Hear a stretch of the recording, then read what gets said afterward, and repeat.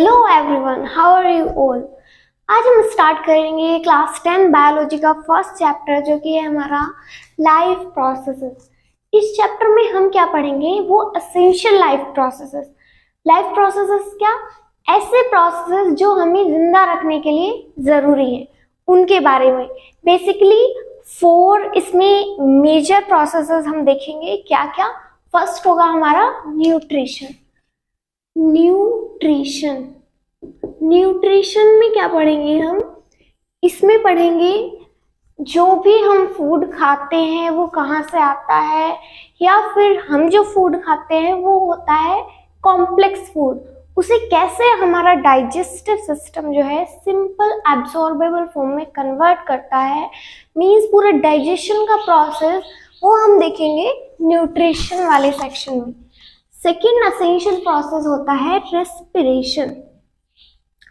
अब रेस्पिरेशन क्या होता है, हमने फूड खाया, हमें एनर्जी मिल जानी चाहिए, लेकिन ऐसा तो नहीं होता ना, हमें सांस भी लेना पड़ता है। तो अगर हमें फूड से एनर्जी मिलती है तो हमें सांस लेने की क्या जरूरत है, मीन्स ऑक्सीजन की क्या जरूरत है। ऑक्सीजन की ये जरूरत है, फूड से एनर्जी निकालने का काम जो है वो ऑक्सीजन ही करती है, वो ऑक्सीजन की प्रेजेंस में ही होता है। तो इसीलिए जो है रेस्पिरेशन इम्पोर्टेंट है, मीन्स हमारा सांस लेना इम्पोर्टेंट है। हमारे केस में ऑक्सीजन जरूरी है, और किसी जो यीस्ट वगैरह होते हैं वहां पे एब्सेंस ऑफ ऑक्सीजन में भी वो एनर्जी निकाल लेते हैं फूड से, लेकिन इतना एफिशिएंट प्रोसेस नहीं होता वो। ये सब डिटेल में हम रेस्पिरेशन वाले सेक्शन में देखेंगे। थर्ड आता है ट्रांसपोर्टेशन। ट्रांसपोर्टेशन क्या आता है, हमने खाना खाया लेकिन वो तो हमारे एब्डोमेन तक गया, मीन्स स्टमक इंटेस्टाइन तक, और ऑक्सीजन हमारे लंग्स में गई, लेकिन हमारे हर एक बॉडी पार्ट को एनर्जी की नीड है। तो पूरे बॉडी पार्ट में एनर्जी और फूड को ट्रांसपोर्ट करने के लिए एक ट्रांसपोर्टेशन सिस्टम है। मींस जो ब्लड वेसल से ब्लड फ्लो करता है हमारे, वो जो है फूड और ऑक्सीजन को ट्रांसपोर्ट करने का काम करता है। Blood act as a medium of transportation, और ब्लड को कौन पंप करता है, हार्ट।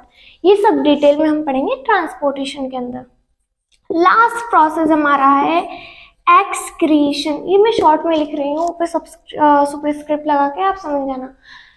एक्सक्रीशन में क्या होता है, हमने जब फूड खाया और फूड ऑक्सीजन से रिएक्ट करके एनर्जी बनाई, तो कुछ एनर्जी के साथ साथ उसमें कुछ हार्मफुल सब्सटेंसेस भी क्रिएट होते हैं जो कि हमें ज़रूरत नहीं है, हमारी बॉडी के लिए वो हार्मफुल है।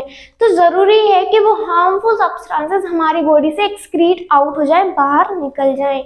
तो वो होता है प्रोसेस एक्सक्रीशन, जो कि हमारी किडनीज करती हैं। किडनीज का काम क्या होता है, जो भी वेस्ट प्रोडक्ट है वो बाहर निकाल देती हैं यूरिन के थ्रू। अब हम एक एक प्रोसेस को डिटेल में पढ़ेंगे। इस लेक्चर में बेसिकली हम न्यूट्रिशन से ही डील कर पाएंगे। न्यूट्रिशन देखो, न्यूट्रिशन 2 टाइप का होता है। एक होता है ऑटोट्रॉफिक न्यूट्रिशन, एक होता है हेटेरोट्रॉफिक।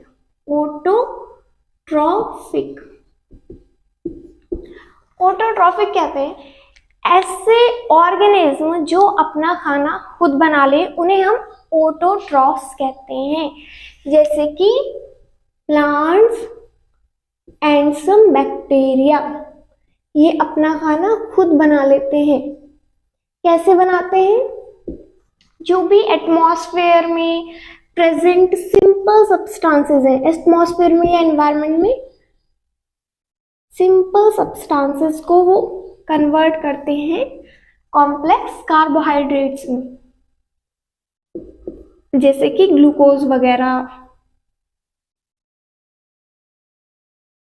कार्बोहाइड्रेट्स सिंपल सब्सटेंसेस, जैसे कि हमने पढ़ा है प्लांट्स की कि इसमें CO2 प्लस वाटर वो लेते हैं, इसे मिलके सनलाइट और क्लोरोफिल की प्रेजेंस में क्या बनाते हैं, ग्लूकोज और ऑक्सीजन रिलीज करते हैं। फोटोसिंथेसिस का प्रोसेस हम आगे पढ़ने वाले हैं। हेटेरोट्रॉफिक ऑर्गेनिज्म क्या होते हैं? ऐसे ऑर्गेनिज्म जो अपना खाना खुद नहीं बनाते। मेजॉरिटी ऑफ द ऑर्गेनिज्म जो है प्लांट और कुछ बैक्टीरिया को छोड़ के वो हेटेरोट्रॉफिक ही होते हैं। ये डिपेंड होते हैं ऑटोट्रॉफ्स पे अपना खाने बनाने, मतलब खाने के लिए, फूड रिक्वायरमेंट के लिए जो है वो हेटेरोट्रॉफ्स ऑटोट्रॉफ्स से डिपेंड करते हैं। जिसके हम ह्यूमंस हैं, सपोज हम क्या खाते हैं, वेजिटेबल्स, फ्रूट्स, ये सब कहाँ से आ रहे हैं? प्लांट से तो आ रहे हैं। सपोज अगर हम डायरेक्ट कोई प्लांट ना खा के, मान लो हम किसी चिकन खा रहे हैं, ये सब खा रहे हैं, तो वो भी तो कहीं ना कहीं ग्रीन या फिर ऑटोट्रॉफ से न्यूट्रिएंट ले रहा है ना। मींस चिकन खा रहे हैं, वो भी तो कहीं ना कहीं ग्रीन या फिर उसे क्या कहते हैं, ग्रास वगैरह जो भी होता है वो ले रहा है। तो मींस डायरेक्टली या फिर इनडायरेक्टली हम डिपेंड हेटेरोट्रॉफ से ही। जैसे कि हमने लॉयन लिया, लॉयन किसे खाएगा? सपोज डियर को खाएगा, तो आप कहेंगे ये तो ऑटोट्रॉफ्स पे डिपेंड नहीं है, तो हेटेरोट्रॉफ है, डियर तो अपना खाना नहीं बनाता। लेकिन डियर कहाँ से आएगा? डियर तो ग्रास खाएगा ना, मतलब ये प्लांट्स वगैरह। तो ओवरऑल हेटेरोट्रॉफ्स ऑटोट्रॉफ्स पे डिपेंड रहते हैं। हेटेरोट्रॉफ्स में क्या आ गए हम, ह्यूमंस वगैरह, फंजाई वगैरह और बहुत सारे एनिमल्स हैं, ये सब होते हैं, आते हैं हेटेरोट्रॉफ्स में। अब हम देखेंगे ऑटोट्रॉफिक न्यूट्रिशन में क्या क्या दिया हुआ है। इसे मैं रफ कर दूं। ऑटोट्रॉफिक न्यूट्रिशन में देखते हैं हम फोटोसिंथेसिस। फोटोसिंथेसिस क्या होता है? प्लांट्स जिस प्रोसेस से अपना खाना बनाते हैं उसे प्यार से हम कहते हैं फोटोसिंथेसिस। फोटोसिंथेसिस की जो रिएक्शन होती है वो बहुत बार पूछी गई है। क्या होती है इसमें? CO2 प्लस वाटर जो है वो क्लोरोफिल और सनलाइट की प्रेजेंस में, क्लोरोफिल एंड सनलाइट की प्रेजेंस में कन्वर्ट होता है किसमें? Glucose C6H12O6 plus water plus oxygen. इसमें रफ कर दूं, सारा ही कर देती हूँ।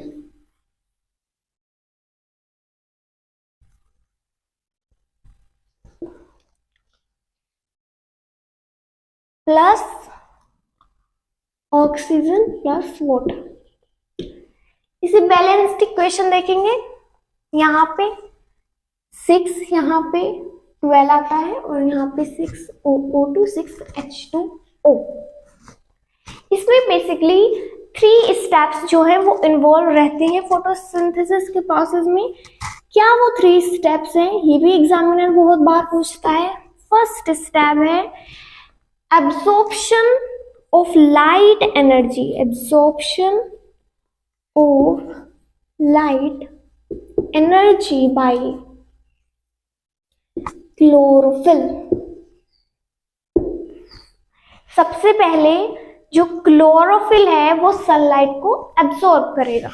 सेकेंड स्टेप में क्या होगा? Conversion of light energy into chemical energy and splitting of water to hydrogen and oxygen। Second step में जो लाइट अब्सॉर्ब हो गई है उसे केमिकल एनर्जी में चेंज करेंगे और फिर उससे वाटर को स्प्लिट करेंगे। वाटर में क्या होता है? H2O, हाइड्रोजन और ऑक्सीजन, उसे स्प्लिट करेंगे हाइड्रोजन और ऑक्सीजन में। थर्ड स्टेप क्या होगा हमारा? थर्ड स्टेप होता है reduction of carbon dioxide to carbohydrates.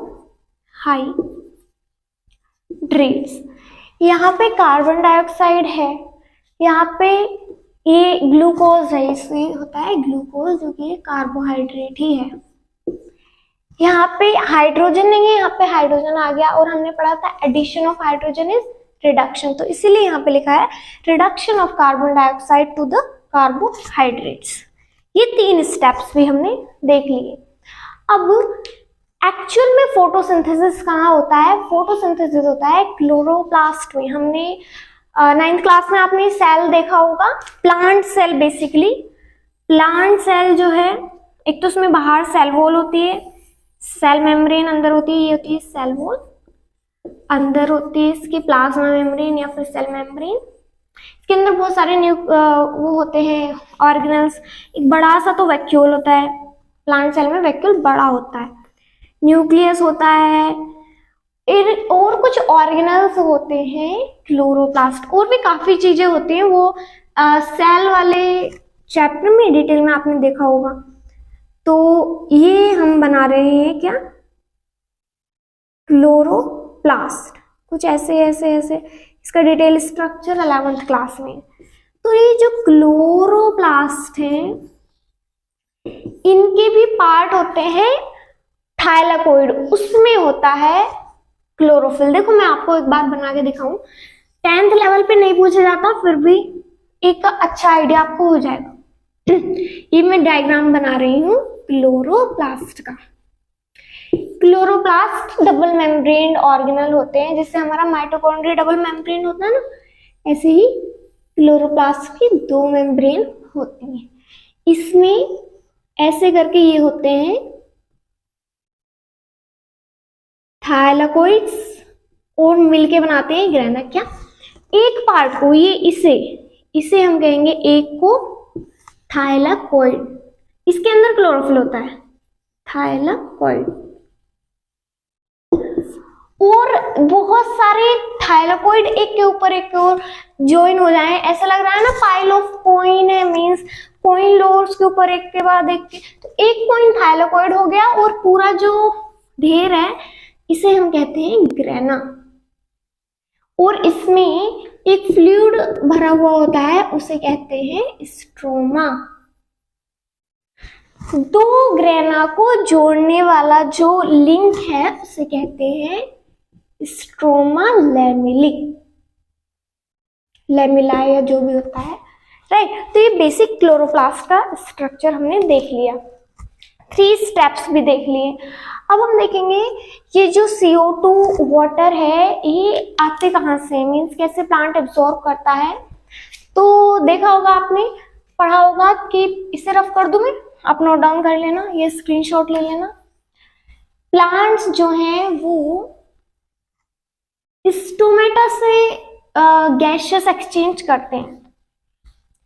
Stomata क्या होते हैं, टाइनी पोर लाइक स्ट्रक्चर्स होते हैं, जो कि बेसिकली लीव्स पर प्रेजेंट होते हैं। लीव्स पर, लीव्स के भी लोअर सरफेस पर, लीव्स की 2 सरफेस होते हैं ना, अपर सरफेस और लोअर सरफेस। तो वो लोअर सरफेस पे ज्यादा होते हैं, क्यों? उसका भी रीजन है, हर एक चीज का एक रीजन है, ऐसे नहीं होते। लीफ ली मैंने, एक अपर सरफेस है, सपोज ये एक लीफ है, ये इसका अपर सरफेस है, ये लोअर सरफेस। अब जब ऐसे पेड़ पे टंग रही, सपोज ये इसकी ब्रांच है, टहनी है, जिससे कनेक्ट है, ये पेट्योल है, अपर सरफेस पे डायरेक्ट सनलाइट आएगी। अगर ऊपर ज्यादा स्टोमेटा होंगे तो वाटर लॉस ज्यादा होगा ट्रांसपिरेशन की वजह से। नीचे होते हैं इसीलिए ज्यादातर, मोस्ट ऑफ द प्लांट्स में ज्यादा स्टोमेटा जो है वो लोअर सरफेस पर होते हैं, ताकि वाटर लॉस कम हो। स्टोमेटा का स्ट्रक्चर देखें हम, स्टोमेटा से क्या होता है, गैसियस एक्सचेंज और वाटर में ट्रांसपिरेशन भी होता है। अभी देखते हैं, पहले मैं डायग्राम बनाऊंगी। ये पहले मैंने बनाया एक ओपन स्टोमेटा का डायग्राम। ये साइड में कुछ सेल्स होते हैं जिन्हें सब्सिडरी सेल्स कहते हैं। ऐसे करके किडनी शेप्ड होते हैं, बी या फिर बीन शेप्ड, ऐसे ही बीन होते हैं ना, वो होता है ना राजमा, इस शेप के होता है। किडनी भी हमारी इसी शेप की होती है। ये इसके अंदर ये होते हैं क्लोरोप्लास्ट और बाकी सब ऑर्गेनल्स वगैरह भी होते हैं। ये होता है स्टोमेटल पोर। जहां से कि गैसियस एक्सचेंज होता है। ये है हमारे गार्ड सेल्स। गार्ड सेल्स का काम होता है स्टोमेटल पोर को ओपन या क्लोज करने का। कैसे होता है अभी देखते हैं। ये इसमें क्लोरोप्लास्ट है और ये बाहर आसपास जो है ये इन्हें कहते हैं subsidiary cell. Subsidiary cells. Stomatal pore देखो जब गार्ड सेल से जो है वाटर फ्लो करता है तो वो डंबल शेप के हो जाते हैं। मतलब कि ऐसे मानो ये वाटर फ्लो करा तो वो स्वेल हो जाएंगे। स्वेल हो जाएंगे तो सपोज ये स्टोमेटा वाटर, ये गार्ड सेल हैं दोनों, ये स्टोमेटल पोर, इसमें वाटर फ्लो करा तो ये स्वेल हो गए। तो ये देखो स्वेल होके ये पोर ओपन हो गया। अब जब इसमें वाटर नहीं होगा मीन्स ये फ्लैसिड हो जाएंगे तो स्टोमेटल पोर बंद हो जाएगा। तो जब उसमें वाटर फ्लो करता है और ये टर्जिड हो जाते हैं तो स्टोमेटल पोर ओपन हो जाता है। और जब वाटर लॉस होता है, वाटर कम होता है तो गार्ड सेल फ्लैसिड होके स्टोमेटल पोर क्लोज कर देते हैं। क्लोज वाले का स्ट्रक्चर बना के दिखाऊंगा आपको।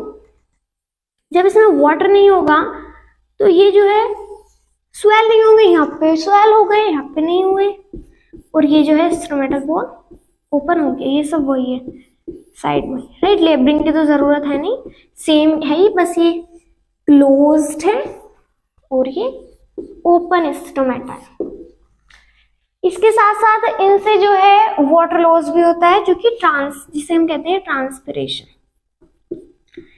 ट्रांसपिरेशन जो है वो लीफ के सरफेस को कूल करता है। वाटर लॉस होता है तो उससे कूलिंग इफेक्ट भी प्रोवाइड होता है।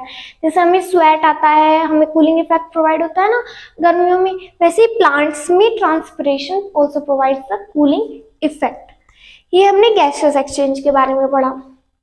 वाटर भी चाहिए होता है प्लांट्स को फोटोसिंथेसिस के लिए। वाटर कहाँ से लेता है? वाटर लेते हैं वो सोइल से, रूट से एब्सॉर्ब करके।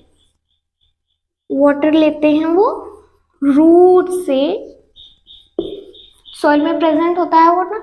हम जब भी पानी देते हैं तो नहीं पत्तों को देते हैं, नीचे वो देते हैं ना रूट में, क्योंकि एब्सॉर्ब जो है वो रूट से ही होता हुआ सारे प्लांट पार्ट्स में जाता है।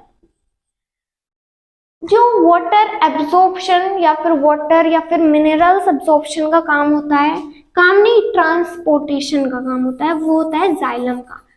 जाइलम एक प्लांट टिश्यू है जो कि नीचे से वाटर और मिनरल्स ऊपर तक ले जाता है और ये यूनिडायरेक्शनल फ्लो होता है इसका।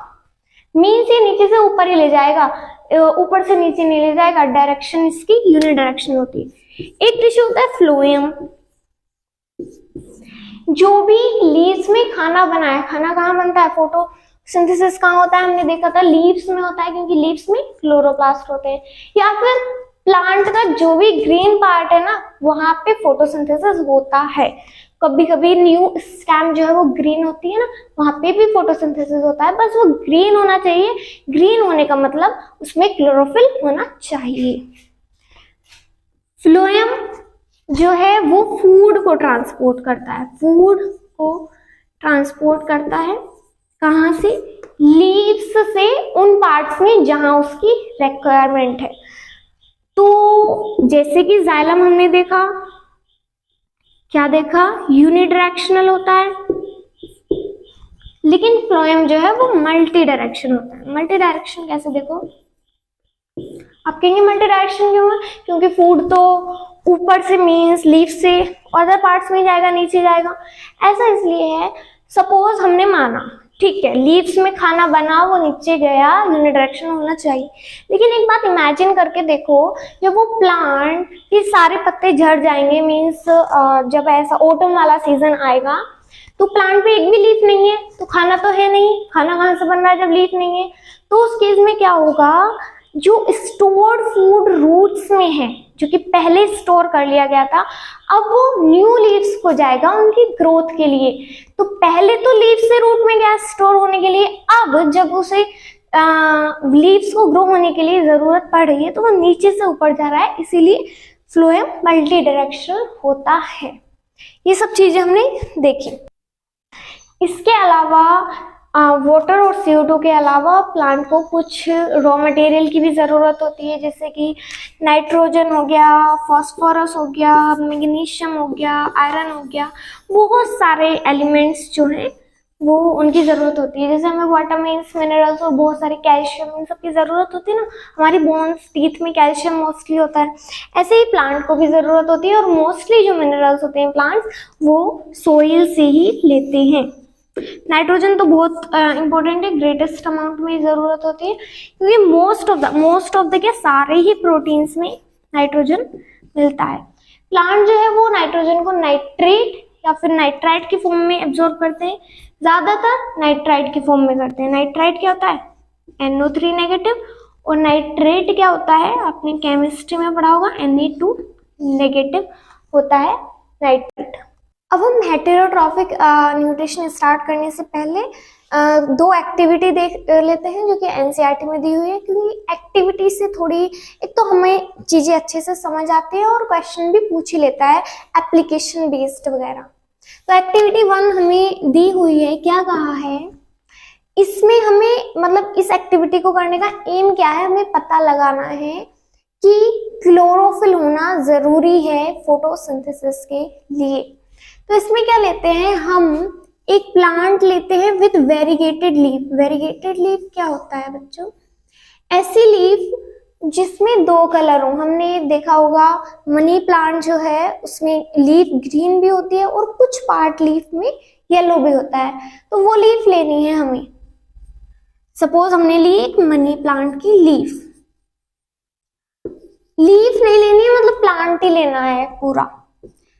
इसमें ये मैंने मार्क कर लिए, सपोज ये थे येलो पार्ट और बाकी सब कैसी थी? ग्रीन। हमें क्या करना है, शॉर्ट में बताती हूँ मैं। लीफ मतलब करना नहीं है, मैं बता रही हूँ क्या कहा गया है NCERT में, कि हमें एक प्लांट लेना है विद वेरीगेटेड लीफ। उसे सबसे पहले 3 डेज के लिए रख देना है डार्क रूम में। क्या 3 डेज के लिए डार्क रूम में रखना है? क्यों रखना है? क्योंकि जो भी उसमें स्टार्च है वो सब यूज हो जाए। डार्क रूम में न्यू खाना तो प्लांट बनाएगा नहीं क्योंकि लाइट नहीं है, और जो भी पहले का बना हुआ स्टोर है स्टार्च की फॉर्म में वो यूज हो जाए। ध्यान रखने वाली बात यह है कि जो प्लांट्स हैं वो अपना खाना स्टोर करते हैं स्टार्च की फॉर्म में, और एनिमल्स जो है मीन्स हम जानवर हैं सच में ही, एनिमल्स में ही आते हैं हम, किंगडम एनिमेलिया। एनिमल्स जो हैं वो स्टोर करते हैं अपना फूड ग्लाइकोजन की फॉर्म में। यहाँ से बहुत बार क्वेश्चन आता है कि प्लांट्स किस फॉर्म में स्टोर करते हैं food? Starch, and animals glycogen की फॉर्म में। तो 3 डेज में 3 डेज के लिए हमने डार्क रूम में रखा, उसको सारा स्टार्च सब यूज हो गया। उसके बाद हम उसे 6 आवर्स के लिए रखेंगे लाइट में। लाइट में रखा, उसमें फिर से फूड बनना स्टार्ट हो जाएगा, फोटोसिंथेसिस होना स्टार्ट हो जाएगा। अब क्या करना है, 6 आवर्स के बाद उसकी लीफ लेनी है, उसे वाटर बाथ में, अल्कोहल में बॉईल करना है, ये सब करना है। और लास्ट में हमें उसका आयोडीन टेस्ट करना है। मेजर क्या है इस पूरी एक्टिविटी का? Iodine test. आयोडीन टेस्ट क्या होता है? आयोडीन जो है वो स्टार्च के साथ रिएक्ट करके, मतलब वो एक डीप ब्लू कलर देती है। मींस आयोडीन टेस्ट हम यूज करते हैं डिटेक्ट करने के लिए कि इस चीज में स्टार्च है या नहीं है। तो आयोडीन को I2 लिख दूं, प्लस जो स्टार्च है वो बहुत ही डीप ब्लू कलर देता है, डीप ब्लू कलर। तो हमने जब स्टार्च टेस्ट किया या आयोडीन टेस्ट किया तो हम देखेंगे जो ग्रीन पार्ट्स थे लीफ के वो तो ब्लू हो गए और येलो पार्ट्स थे वो ब्लू नहीं हुए। इसका मतलब ग्रीन पार्ट्स में जो है स्टार्च था। अब स्टार्च होगा मींस यहाँ पे फोटोसिंथेसिस हुई थी और येलो पार्ट्स में नहीं हुई थी। तो यही एक्टिविटी का जो मेन है एम था। सेकेंड एक्टिविटी हमें इसका एम है कि जो फोटोसिंथेसिस का प्रोसेस है उसमें कार्बन डाइऑक्साइड जरूरी है या नहीं है, मतलब जरूरी है या नहीं है। पहली बात तो हमने इक्वेशन क्या पढ़ी थी, एक बार रिवाइज करते हैं। 6 CO2 + 6 H2O in the presence of chlorophyll plus sunlight, red जानी चाहिए। ये इक्वेशन हुई या चैप्टर 1 में केमिस्ट्री के रेस्पिरेशन की है, आगे भी देखेंगे हम, इसमें ही रेस्पिरेशन की है। ये बेसिक है। Will give oxygen plus water और मेन कार्बोहाइड्रेट तो हम बोल ही गए C6H12O6, सॉरी यहाँ पे 12 आता है, 6O2 6, ये देखा था, यहाँ पे कार्बन डाइऑक्साइड इन्वॉल्व है। अब हमने क्या कहा, एक प्लांट लो, फिर से मतलब 2 प्लांट लो और फिर से उन्हें उसमें रख दो 3 डेज के लिए डार्क रूम में, ताकि सारा स्टार्च जो है वो यूज हो जाए, और फिर उन्हें रखो लाइट में। लेकिन लाइट में कैसे रखना है, लाइट में ऐसे रखना है, सपोज ये है प्लांट ए, ये अभी मैं अपनी कलाकारी दिखाती हूँ। ये मैंने एक प्लांट बनाया जिसपे ओनली 3 लीव्स है, इस पे भी 3 ही बनाऊंगी।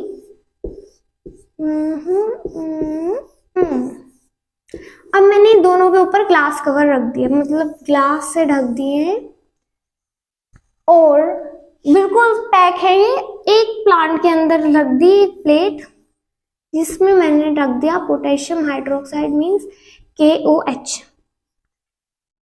इसके बाद KOH का काम क्या होता है, KOH जो है वो CO2 को एब्सॉर्ब कर लेता है। KOH सारी एब्सॉर्ब कर लेगा CO2 जो भी इतने एरिया के अंदर है। CO2 एब्सॉर्ब हो गई। अब इस भी प्लांट और कहीं से तो CO2 ले नहीं सकता क्योंकि सारा पैक्ड है ग्लास से, और इसमें हमने नहीं रखी, मीन्स इसमें कार्बन डाइऑक्साइड प्रेजेंट है क्योंकि हमारे एटमॉस्फेयर में प्रेजेंट होती है ना। फिर लीव टेस्ट करेंगे, वही पुराना घिसा पिसटा काम। देखेंगे इसे आयोडीन के साथ टेस्ट करेंगे, इसकी लीफ जो है वो ब्लू कलर दे देगी, मीन्स इसमें स्टार्च था, इसमें फोटोसिंथेसिस हुआ। इसकी नहीं देगी, मीन्स इसमें स्टार्च नहीं बना, फोटोसिंथेसिस नहीं हुआ क्योंकि कार्बन डाइऑक्साइड नहीं थी। तो हम कह सकते हैं carbon dioxide is essential for the process of photosynthesis. Right, ये चीज क्लियर हुई। बस यही 2 एक्टिविटी है स्टार्टिंग में। तो अब ये जो लिखा है ना CO2 वाटर, और मैंने 3 स्टेप्स जो बताए थे, एब्जॉर्प्शन ऑफ CO2, फिर स्प्लिटिंग ऑफ वाटर और reduction of carbon dioxide to carbohydrates, जरूरी नहीं एक के बाद एक स्टेप हो। कैसे, जैसे जो डेजर्ट प्लांट हैं वो बहुत ही स्मार्ट होते हैं। क्या करते हैं वो, दिन में तो सनलाइट एब्जॉर्ब कर लेंगे, राइट, डे में सनलाइट एब्जॉर्ब कर लेंगे, लेकिन वो अपनी स्टोमेटा ओपन नहीं करेंगे। स्टोमेटा ओपन नहीं करेंगे तो कार्बन डाइऑक्साइड नहीं लेंगे। वो नाइट में स्टोमेटा ओपन करते हैं और नाइट में जो है वो CO2 एब्सॉर्ब करते हैं। वो स्मार्ट क्यों है, देखो डेजर्ट में तो वैसे भी वाटर की बहुत कमी होती है। अगर उन्होंने दिन में अपनी स्टोमेटा ओपन कर लिए CO2 लेने के लिए, तो उनकी वाटर भी तो लॉस हो जाएगा ट्रांसपिरेशन की वजह से। पता चला एक CO2 ली, वाटर चला गया, फोटोसिंथेसिस तो फिर भी नहीं होगा क्योंकि वाटर भी जरूरी है। तो इसीलिए वो दिन में सनलाइट एब्जॉर्ब करके रख लेते हैं, रात को स्टोमेटा ओपन करते हैं, रात को CO2 लेते हैं। रात में जो है सनलाइट नहीं होती तो ट्रांसपिरेशन नहीं होता, वाटर लॉस नहीं होता। राइट, ये चीज हमने देख ली। अब एक चीज जो मैंने बताया था ना, स्टोमेटा ओपन क्लोज कैसे होते हैं। ओपन कब होते हैं, जब स्वेल होता है तो जो गार्ड सेल है वो टर्जिड होके ओपन हो जाते हैं, और जब वाटर स्ट्रेस होता है, वाटर लॉस होता है, तो फ्लैसिड नहीं, वो श्रिंक होते हैं। मैंने गलती से पहले फ्लैसिड बोल दिया, लेकिन श्रिंक जो है वो ज्यादा एप्रोप्रिएट वर्ड रहेगा। एग्जाम में लिखे तो वो श्रिंक ही लिखे, मीन्स जब वाटर लॉस होता है तो ये जो गार्ड सेल है ये श्रिंक हो जाएंगे, सिकुड़ जाएंगे और स्टोमेटल पोर क्लोज हो जाएगा। इसे ध्यान से याद रखेंगे। अब हम देखेंगे अपना हेटेरोट्रॉफिक न्यूट्रिशन। हेटेरोट्रॉफिक न्यूट्रिशन क्या होता है, मींस हेटेरोट्रॉफ्स क्या होते हैं, ऐसे ऑर्गेनिज्म जो अपना खाना खुद नहीं बनाते, जैसे कि हम हैं। क्या कह रहे हो, हम अपना खाना खुद बनाते हैं? अरे नहीं, वैसे तो बनाते हैं मतलब गैस पे, लेकिन बेसिकली आता कहाँ से है, वो प्लांट से तो आता है ना, डायरेक्टली या इनडायरेक्टली। तो वो आता है हेटेरोट्रॉफिक मोड ऑफ न्यूट्रिशन। कुछ ऑर्गेनिज्म जो है होलोजोइक होते हैं। होलोजोइक जैसे कि हम क्या करते हैं, जो कॉम्प्लेक्स फूड है उसे पहले अंदर लेते हैं, फिर उस सिंपल सब्सटेंसेस में चेंज करते हैं और उसे एब्सॉर्ब कर पाते हैं। मीन्स जो कॉम्प्लेक्स फूड वो लेते हैं। कॉम्प्लेक्स फूड का क्या मतलब, कॉम्प्लेक्स फूड का वो मतलब हम क्या लेते हैं, proteins, carbs means carbohydrate, fat वगैरह, ये सब कॉम्प्लेक्स फूड है क्योंकि हमारी बॉडी डायरेक्ट इन्हें एब्सॉर्ब नहीं कर पाती। हमारा जो डाइजेस्टिव सिस्टम है उससे वो जो है इन कॉम्प्लेक्स फूड को सिंपल मॉलिक्यूल्स में चेंज करता है ताकि हम उसे इजीली एब्सॉर्ब कर पाए। इसे करते हैं सिंपल सब्सटेंसेस में चेंज। और ये काम कौन करता है कॉम्प्लेक्स फूड को सिंपल सब्सटेंसेस में चेंज करने का, वो करते हैं बायोकैटालिस्ट। बायो क्या बन गया ये, बायोकैटालिस्ट, जिसे हम प्यार से एंजाइम्स कहते हैं। बहुत इंपॉर्टेंट होते हैं ये हमारी। देखो कैटलिस्ट तो हमें पता है क्या होता है, जो भी कोई रिएक्शन के रेट को इंक्रीज करता है, डिक्रीज भी करते हैं कुछ कैटलिस्ट, पर वो नेगेटिव कैटलिस्ट में चले जाएंगे। बेसिकली इंक्रीज करते हैं तो हम उन्हें कैटलिस्ट कहते हैं। अब bio catalyst, bio means life, ऐसे कैटलिस्ट जो लिविंग ऑर्गेनिज्म मिलते हैं उन्हें बायो कैटलिस्ट कहते हैं और प्यार से एंजाइम्स कह देते हैं। ये काम होता है एंजाइम्स का। ये तो हमने फूड अंदर लेके, कॉम्प्लेक्स फूड लेके हमारी बॉडी के अंदर सिंपल सब्सटेंस में चेंज करा। एक होते हैं ऑर्गेनिज्म सेप्रोट्रॉफ्स। सेप्रोट्रॉफ्स, सेप्रोट्रॉफ्स क्या ऑर्गेनिज्म होते हैं, वो जो है बॉडी के बाहर ही कॉम्प्लेक्स फूड को सिंपल में चेंज कर लेते हैं और फिर उसे एब्सॉर्ब करते हैं। जैसे कि फंजाई, लिख देती हूँ पहले, break down food outside their body and then absorb it। जैसे कि फंजाई, फंजाई कह लो, कुछ लोग फंगी कहते हैं, मतलब जो भी कुछ भी कह लो, उससे क्या हो रहा है। फंजाई में क्या क्या आता है, ब्रेड मोल्ड। हमने देखा होगा कुछ दिन तक अगर ब्रेड मोल्ड रखे रहे, मतलब ब्रेड रखे रहे तो उस पर ब्रेड मोल्ड आ जाता है। मीन्स राइजोपस कहते हैं उसे बेसिकली, जिसे फफूंदी कहते हैं, वो बेकार हो जाता है। तो वो फंजाई होती है एक टाइप की। मशरूम, ये सब होते हैं सेप्रोट्रॉफ्स। सेप्रोट्रॉफ्स वो भी होते हैं, मतलब कि यही होते हैं जो डेड और डिके ऑर्गेनिज्म पर फीड करते हैं। उन्हें डिकम्पोजर्स भी कहते हैं, जो डेड सब्सटेंस को डिकम्पोज करते हैं, राइट। और सेप्रोट्रॉफ्स भी वही होते हैं, मतलब डिफरेंस होता है। आप आगे पढ़ेंगे 11th 12th में, थोड़ा डिफरेंस होता है, बट अभी के लिए इतना काफी है। एक टाइप होता है पैरासाइट। पैरासाइट क्या होते हैं, ऐसे ऑर्गेनिज्म जो अपना खाना प्लांट या एनिमल से लेते हैं विदाउट किलिंग देम, या उनके ऊपर सरवाइव करते हैं। मींस चाहे तो उनके बॉडी के सरफेस पे वो हो गए एक्सोपैरासाइट, या फिर बॉडी के अंदर वो हो गए एंडोपैरासाइट। जैसे कि पैरासाइट क्या होते हैं, drive nutrition from plants and animals without killing them. मतलब ये कैसे टाइप के वो बताऊं, विदाउट किलिंग देम मतलब इन्हें मुफ्त के खाने हैं, इन्हें कुछ नहीं करना है।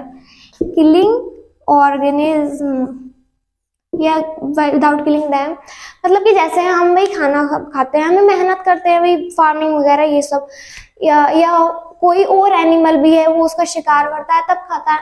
ये बहुत ही लेजी टाइप के इंसान है। ये क्या, किसी ऑर्गेनिज्म पे डिपेंड हो जाते हैं, या तो उसके ऊपर चढ़ के बैठ जाएंगे या फिर उसके अंदर चले जाएंगे और उससे ही खाना लेते रहते हैं। जैसे कि एक्सोपैरासाइट का मैं एग्जाम्पल बताऊं, मीन्स जो बॉडी के सरफेस पे होता है वो होता है लाइज, टिक्स टिक्स जो डॉग्स वगैरह पे होती हैं, लाइज ह्यूमंस के हेयर्स में लाइज जो होती हैं किसका किसी किसी की, और एंडो पैरासाइट जो बॉडी के अंदर, जैसे कि टेप वोर्म, बचपन में बहुत वो होते हैं ना, बच्चों के पेट में वो कहते हैं वोर्म्स वगैरह हो जाते हैं क्योंकि वो मिट्टी खाते हैं ना, तो वो भी एंडो पैरासाइट है।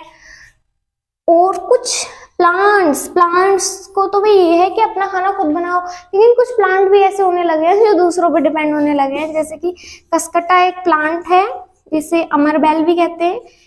ये एक किसी और प्लांट पे डिपेंड करता है, खुद की तो इसने लीव वीव खो दी, खुद तो खाना बनाता नहीं है, और किसी और प्लांट पे, बेसिकली हेज प्लांट पे ये पैरासाइट होता है और उससे अपना खाना ड्राइव करता है। ये हमने देखा। अब हम देखेंगे एमीबा के बारे में, एमीबा अपना खाना कैसे बनाता है, क्योंकि एमीबा पे जो है वो क्वेश्चन आ जाता है विद डायग्राम। एमीबा हमने पता है क्या होता है। एमीबा एमीबा होता है यूनिसेलुलर ऑर्गेनिज्म, इसे रेखा रहने दो। एमीबा, न्यूट्रिशन इन एमीबा होगा तो हेटेरोट्रॉफिक की, क्योंकि खाना तो खुद नहीं बनाता वो।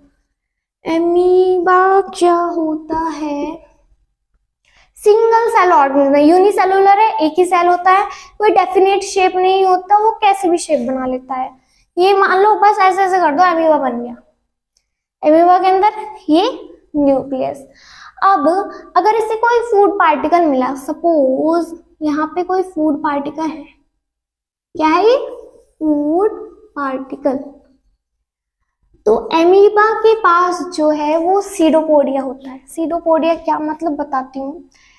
ये क्या करेगा, इसके चारों ओर एक कैविटी सी बना लेगा। कैसे बनाएगा, क्योंकि इसके पास सीडोपोडिया है। सीडोपोडिया मीन्स, सीडो मीन्स होता है फॉल्स, और पोडिया मीन्स होता है फीट, मीन्स इसके पास फॉल्स फीट होते हैं, टेम्पररी फीट होते हैं जो अपनी शेप वगैरह चेंज करते रहते हैं। टेम्पररी फीट यहाँ पे बन गए और फिर जब ये खाना अंदर ले लेगा फिर से नॉर्मल हो जाएगा, इसीलिए हम इन्हें सीडोपोडिया कहते हैं। ये इसका न्यूक्लियस, फूड पार्टिकल एनगल्फ हो गया सीडोपोडिया की। अब क्या होगा, ये इसे अंदर ले लेगा, बिल्कुल ऐसे कर लेगा।